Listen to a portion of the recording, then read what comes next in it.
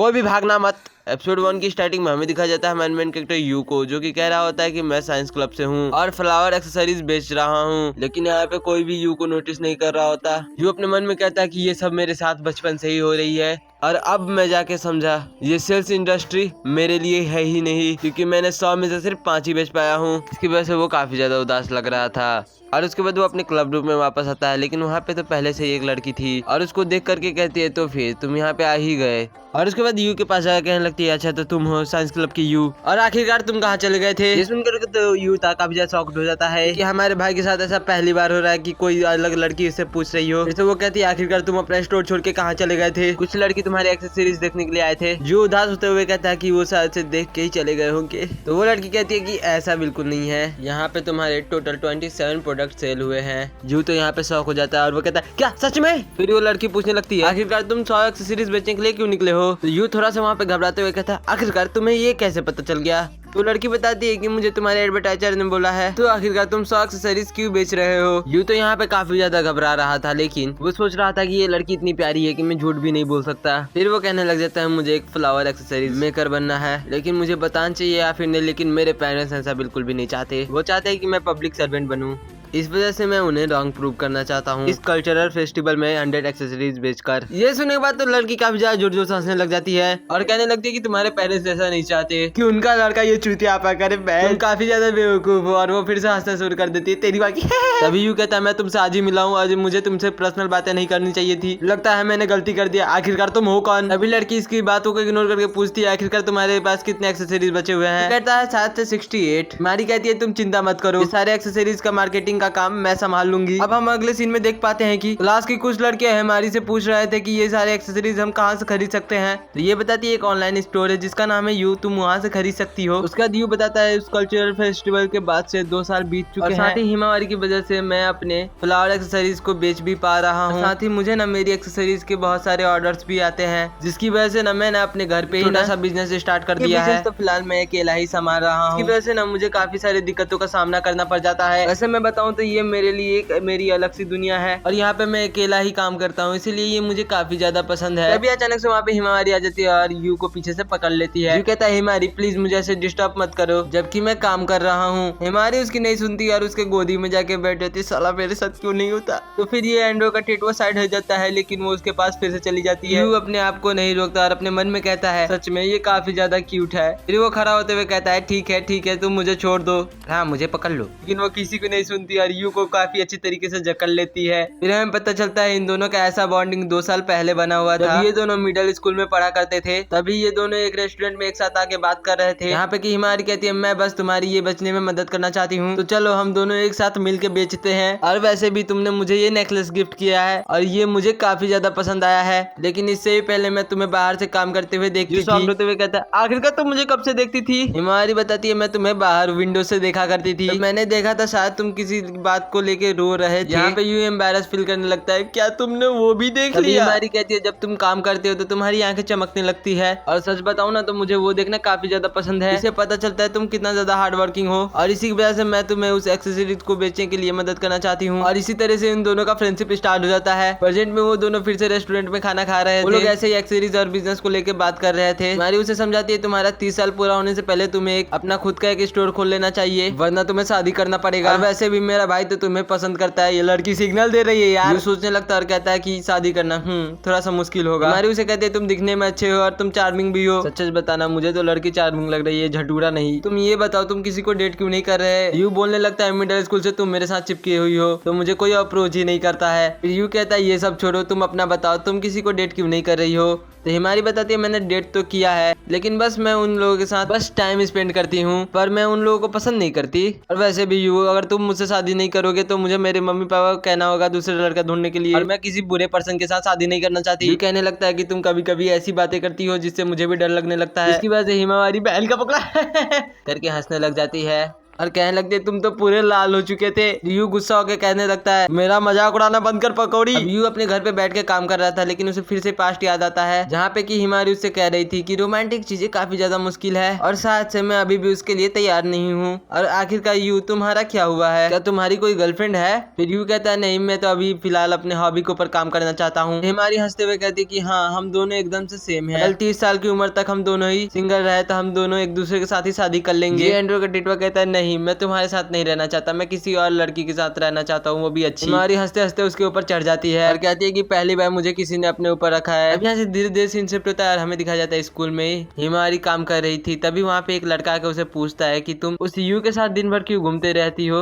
उसके साथ क्यों घूमती हो? तो यहाँ पे हिमारी कहती है क्या तुम्हारे बाप का कुछ जाता है? ये कहने के बाद वो यहाँ से चली जाती है और कहती है कितना बेवकूफ लड़का था, और यू के इंपोर्टेंस को नहीं समझता, ना ही यू के वैल्यू को वो समझता है। एक लड़का और एक लड़की का रिलेशनशिप क्या टिक भी सकता है? शायद हाँ, ये टिक सकता है, लेकिन पता नहीं मेरे अंदर कुछ अजीब सा ही फीलिंग हो रहा है। मेरा मन कर रहा है मैं उसकी सपने को साकार करने में उसकी मदद करूँ, उसे किस करूँ, उसके साथ सोऊं। मैं उसकी गर्लफ्रेंड बनना चाहती हूँ कि हमारा रिलेशनशिप टिका रहेगा, लेकिन जब तक हमारे जिंदगी के बीच में एक और लड़की नहीं आ जाती, जब तक कोई तीसरी लड़की नहीं आएगी, तब तक वो मुझे गुड बाय बिल्कुल नहीं कहेगा। उसके बाद हमें दिखाया जाता है वेंडिंग मशीन से यू जूस निकाल रहा होता है। तभी वहाँ पे एक लड़की आ जाती है अपना जूस शायद वेंडिंग मशीन से निकालने के लिए, और हमारा यू उसकी तरफ देखे ही जा रहा था। अपने मन में सोचता है काले बाल वाली लड़की जो काफी ज्यादा क्यूट है, वहीं पे वो उस लड़की को काफी ज्यादा अजीब लग रहा होता है। फिर वो भी जाके वेंडिंग मशीन से जूस निकालने लगती है। आप लोग कितनी गंदी सोचे, मैंने पहले भी कहा था ये जूस निकालने के लिए ही आई है, अब गलत ही समझते हैं मुझको। वो फिर जूस को निकालने लग जाती है और यू तो यहाँ पे घबरा ही जाता है और उस लड़की की तरफ देखने लगता है। फिर वो देखता है उसके हाथ में तो एक ब्रेसलेट होता है जो कि यू ही ने बनाया था कल्चरल फेस्टिवल के बीच में। उसी बीच में वो ब्रेसलेट उसके हाथ से गिर के नीचे टूट जाता है, तो वो लड़की काफी ज्यादा इमोशनल हो जाती है। ये देख करके यू कहता है कि अगर तुम चाहती हो तो मैं इसको ठीक कर सकता हूँ। लड़की गुस्सा होते हुए कहती है क्या तुम मुझे स्टॉक कर रहे हो? उस लड़की का ये बात सुन करके तो ये साला छक्कों की तरह वहाँ से भाग जाता है और भागते हुए सोच रहा होता है कि हिमावरी को ये बात पता नहीं चलना चाहिए, वरना वो मेरी तो काफी ज्यादा मजाक उड़ाएगी और बहुत ज्यादा लेगी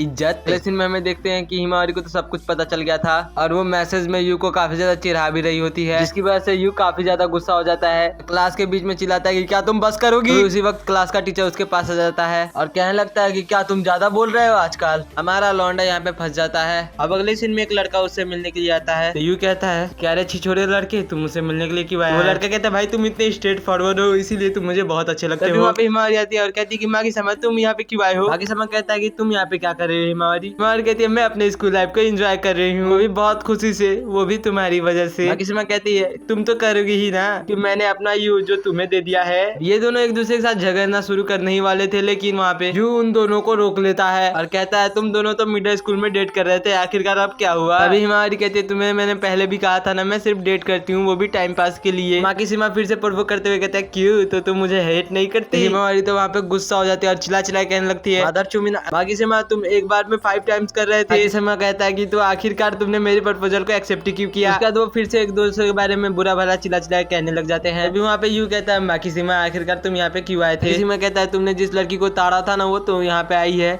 अपनी ब्रासलेट को ठीक करवाने के लिए। उस लड़की के बारे में सुन करके और उसको देख करके हिमावरी तो यहाँ पे शॉक्ड हो जाती है और वो कहते हैं इनोची तुम यहाँ पे क्या कर रही हो? अब अगले सीन में वो लोग स्कूल के छत पर बैठ करके ऐसे ही बात कर रहे थे और यहाँ पे हमें पता लगता है जो इनोची है वो हिमावरी की बचपन की दोस्त थी, जो कि पहले खिलौनों के साथ खेला करते थे। अब लड़कों की सीमा भी जो यू का चाइल्ड फ्रेंड था। हिमावरी बताती है कि स्कूल के कल्चरल फेस्टिवल के जो दिन में ना इनोची की दीदी ने ही तुम्हारे एक्सेसरीज को प्रमोट किया था, क्योंकि वो ना एक मॉडल है। अगले सीन में ना वो सब एक साथ साइंस लैब में बैठे हुए थे। फिर इनोची अपने ब्रेसलेट को ना यू को दिखाने लगती है। यू उस ब्रेसलेट को देखने लगता है, तभी इनोची गुस्सा होकर कहने लगती है अब ये मत कहना कि तुम इस ब्रेसलेट को नहीं ठीक कर सकते, और उसके काफी ज्यादा पास आ रही होती है। तभी हिमावरी कहती है कि प्लीज तुम ऐसा मत करो इनोची, और यू से तुम अभी अभी मिली हो और तुम ऐसा फेस बनाओगी तो वो डर जाएगा। इनोची कहती है लेकिन मैं तो नॉर्मल फेस बना रही हूँ। हिमावरी उसको आईना दिखा देती है, जिसकी वजह से वो अपना ही फेस देख कर डर जाती है और नीचे गिर जाती है। तभी यू और हिमावरी उसके पास जाते हैं और वो पूछते हैं क्या तुम ठीक हो? उसके बाद वो उठ कर थोड़ी सी पागल की तरह बिहेव करने लगती है, रोते हुए कह रही होती है कि तुमने कहा था तुम इसे ठीक कर दोगे, अब ये मत कहना कि तुम ठीक नहीं कर सकते। ये बिहेवियर देख के यू कहता है कि ये तो काफी ज्यादा बहुत नक्चरी और घमंडी लड़की है। ये अभी सोच ही रहा होता है, तभी हिमावरी कह देती है तुम तो पहली की तरह ही नक्चरी लड़की हो इनोची। तभी इनोची उसके मुंह को पकड़ लेते है गुस्से में और कहती कि तुम मेरे काम के बीच में हरदम टांग अड़ाती रहती हो। हिमावरी कहती है तुम ऐसा मत करो वरना मुझे भी कुछ करना पड़ेगा। तो वो कहते क्या कर लोगी? तभी हिमावरी कहती है कि मैं तुम्हारे उस खरबूजों को तोड़ दूंगी। और उसके खरबूजों को पकड़ लेती है, जो देख करके तो यू यहाँ पे शॉक हो जाता है, लेकिन वो छुड़ाने की भी कोशिश करता है, लेकिन दोनों एक दूसरे को बिल्कुल भी नहीं छोड़ रही होती है। अब थोड़ी देर बाद थोड़ी सी फाइट के बाद हिमारी को ये लोग अलग बैठा देते हैं और यू अपना काम करने लग जाता है। और यू को ऐसे फोकस देखकर इनोची भी थोड़ी सी शॉक्ड हो जाती है। तो यहाँ पे हिमारी बताने लगते हैं कि ये बचपन से ही ऐसा है और ये अपने काम को लेके काफी ज्यादा पैशनेट है। ये इतना ज्यादा फोकस्ड है यहाँ तक कि मैं इसके साइड में बैठ करके बात भी करूंगी तो इसे कुछ भी सुनाई नहीं देगा। इनोची, क्या तुम देखना चाहती हो? काम करते करते शाम हो जाता है और यहाँ पे ब्रासलेट बन जाता है। तो यू कहता है ये लो तुम्हारा ब्रासलेट बन चुका है। यहाँ पे हिमारी और इनोची काफी ज्यादा हंस रहे थे, तो यू को बिल्कुल समझ नहीं आता ये क्यों हंस रहे हैं। तभी वो देखता है कि उसके हेयर स्टाइल इन्होंने बिगाड़ दिया है। ये हेयर स्टाइल देख के ये काफी ज्यादा परेशान हो जाता है। उसके बाद इनोची को वो वाला ब्रेसलेट भी मिल जाता है और उसे वो ब्रेसलेट काफी ज्यादा पसंद भी आता है। जो यू था वो चल के अपने घर जाने लग जाता है। हिमारी कहते तुम रुक जाओ और हम दोनों के साथ प्लीज बस पकड़ लो, लेकिन यू तो अकेले ही घर जाता है। तभी इनोची पूछती है हिमारी तुम दोनों का रिलेशन क्या है? हिमारी कहती है हम दोनों तो दोस्त हैं। तो इनोची पूछती है तुम आखिरकार डेट क्यों नहीं कर रहे हो? हिमारी कहती है क्यों, तुम डेट करना चाहती हो? सुन करके तो इनोची थोड़ा सा एम्बैरेस फील करने लगती है। हिमारी अपने मन में कहती है लगता है मैं और यू खाली बेस्ट फ्रेंड ही बन के रहेंगे। तभी इनोची पूछती है हिमारी क्या तुम्हें किसी ने प्रपोज किया है लेकिन तुम उसका फेस भूल गई हो? तो हिमारी यहाँ पे कहने लग जाती है क्या तुम कोई ऑनलाइन फ्रेंड की बात कर रही हो? यहाँ पे इनोची कहती है नहीं, उससे भी ज्यादा क्लोज की मेरी मॉम कहती थी जो काइंड पीपल दिल से बनाते हैं वो तुम्हारे दिल को छू जाता है। यहाँ पे हिमारी हंसते हुए कहती है कि यहाँ पे तुम क्या कह रही हो, मुझे कुछ भी समझ नहीं आ रहा। लेकिन क्या तुम उस ऑनलाइन फ्रेंड को जानती हो? इनोची यहाँ पे कहने लग जाती है नहीं, मैं उसे अच्छी तरीके से तो नहीं जानती, लेकिन मुझे ये पता है कि वो मेरे आस पास ही है। हिमारी कहती है आखिरकार तुम्हें ये कैसे पता? इनोची अपने फोन में हिमारी की फोटो निकालकर कहती है क्योंकि तुम्हारे फोटो में वो सारे एक्सेसरीज होते हैं जो कि उसने बनाए थे। यहाँ पे हिमारी थोड़ी सी घबरा जाती है। इनोची कहती है जो यू वेबसाइट है यहाँ पे कि ये सभी मिलता है और शायद से ये नाचो में कौन का वेबसाइट है ना। हिमारी ये सारी बातें सुन के थोड़ी सी शॉक्ड होती है और अपने मन में कहने लगती है मैं शायद से थोड़ा सा ग्रीडी हो रही हूँ। मैं अकेले ही यू के बारे में ज्यादा जानना चाहती थी, लेकिन शायद आज से ये सब खत्म हो सकता है। और भाइयों इसी के साथ हुआ एनिमे का समाप्ति। भाइयों अगर आप लोगों को ये मेरी वीडियोस पसंद आती है तो आप लोगों को शर्म नहीं आती है बिना सब्सक्राइब और लाइक किए देखने के लिए? देख कर लिया करो यार। और इससे पहले मैंने एक और वीडियो डाली है वो भी बहुत ज्यादा बवाल है, तो जाके एक बार चेकआउट जरूर से कर लेना, लिंक डिस्क्रिप्शन में है। बाय।